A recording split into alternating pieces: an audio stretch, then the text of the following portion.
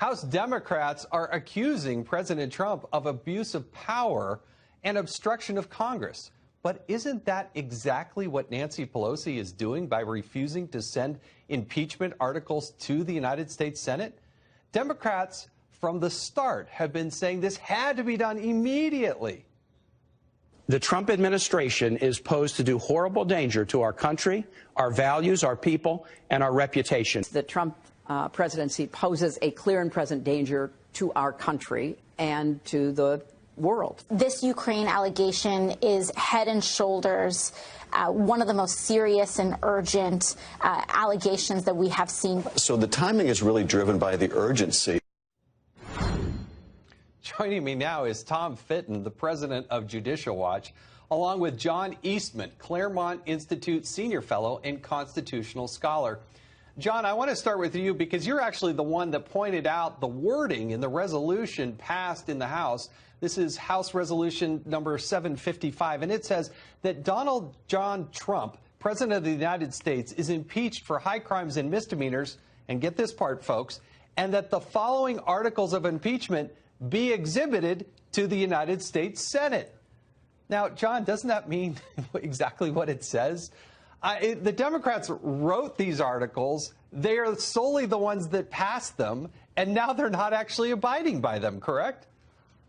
Well, that's right. And Nancy Pelosi seems to think that because if she were to have another vote that says don't send them over to the Senate, she would probably get a majority on that as well, that we don't actually have to have that vote. We can just deem it as having been accomplished, like they tried to pull back with the Obamacare legislation nearly a decade ago.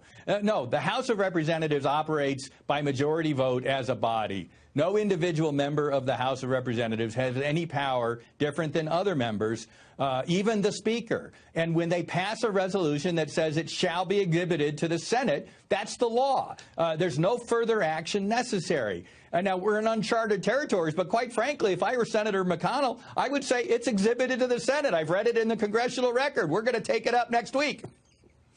I don't know if they can actually do that, but I do find it interesting, Tom, that here they have a chance, and Tom's joining me on set here in Washington.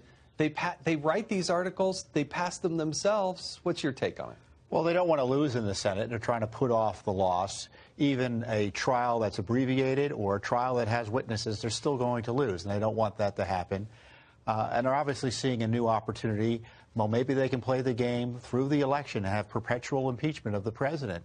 And the problem is the Constitution. And the president has civil rights. That always gets in the way, right? There's the rule of law. Pesky thing called the Constitution.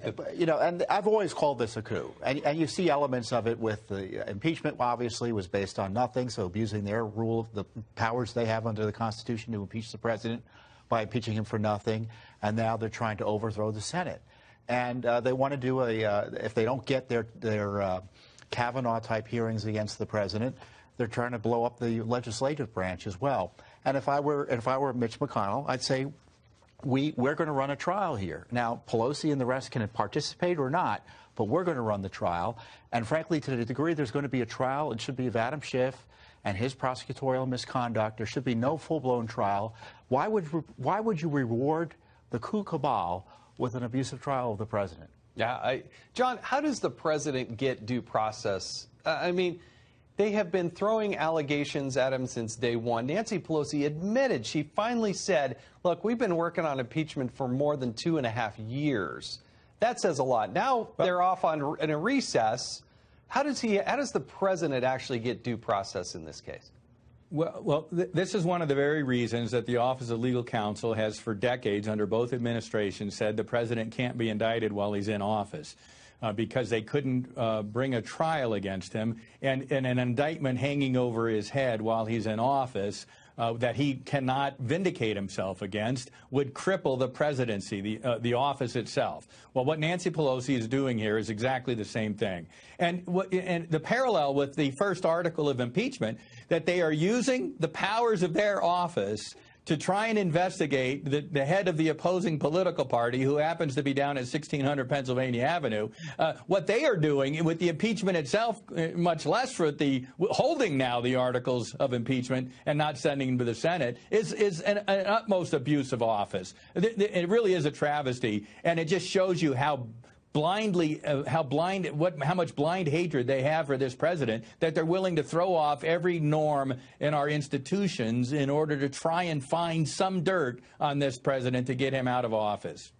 Yeah. Now, Tom, what's interesting to me, going back again to that pesky, constitutional question, I think I saw Donald Trump Jr. post this up. What Nancy Pelosi is really wanting is a quid pro quo. I'll send this over if you do this, which is kind of ironic in the whole thing. But the Constitution says that the Senate has the sole power, just as the House had sole power to move forward articles of impeachment, the Senate has the sole power. That's a problem for Nancy Pelosi, isn't it? It is, and that's why she's trying to leverage the timing of delivery of the impeachment articles. There's nothing in the Constitution about the House delivering articles of impeachment.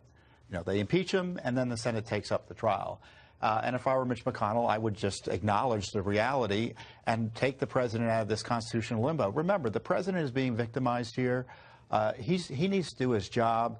He's tweeted that it makes it more difficult for him to talk with foreign leaders. And we don't want the Congress in a tyrannical fashion blowing up the Constitution just for political purposes. And I've half-jokingly say this, but, Mitch McConnell famously and correctly, in my view, put off the confirmation of Merrick Garland during an election year. And I think the Senate should think about putting off any impeachment trial of the president or summarily dismissing it because we're not doing it in an election year. No, that would be an interesting take on it. Now, John, real quickly, we've only got a few seconds left, but there is some talk that the Democrats would actually delay this until after the election and then want to bring up these same articles again in between that time of the election in November and when a new president or the re-election of Donald Trump happens. Can they do that?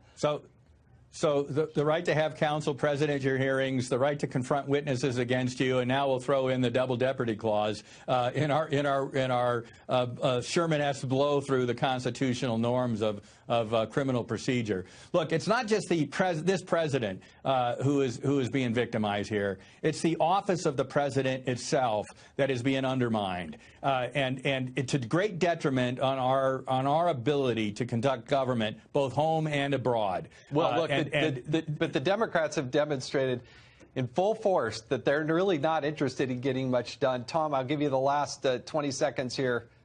What do you think is going to happen when they actually reconvene here the first week of January? Well, when you see a hardcore senator, leftist senator like Blumenthal say, I think we're going to get this quickly, Pelosi may have overreached here. And I think there's going to be some type of trial where there's going to be an adjudication that will ultimately vindicate the president. Look, the only Nancy Pelosi I know, she poll tests everything and does focus groups on everything, and I think that's probably what's going on right now. I'm just guessing through experience. John Eastman and Tom Fitton, Merry Christmas, Happy New Year. Thank you so much for joining us tonight.